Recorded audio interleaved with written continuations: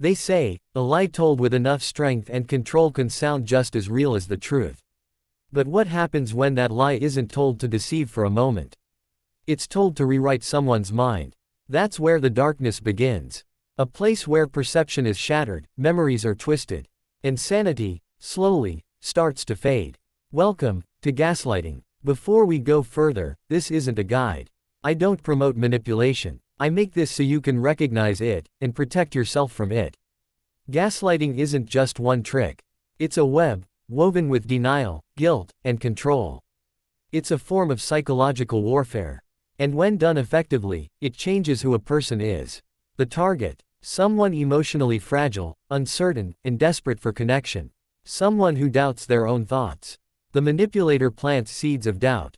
Don't be so sensitive, I was just joking. Why do you always react like this? Words that seem harmless. Until they start echoing inside your mind. Until you start believing them. Little by little, the victim's world collapses. Memories blur. Perception shifts. And soon, they trust no one, except the one who's breaking them. That's when the dependency begins. Complete emotional control. The victim questions everything. Their thoughts, their choices, even their reality. And when they try to break free, the manipulator shifts the blame, denies everything, and isolates them even more. By the end, what remains inside the victim isn't confidence or clarity, just doubt. Endless, heavy, paralyzing doubt. Self-blame replaces self-worth. Depression replaces peace. And sometimes, the victim starts defending their abuser. Because they've forgotten what truth even feels like. But there's a way out.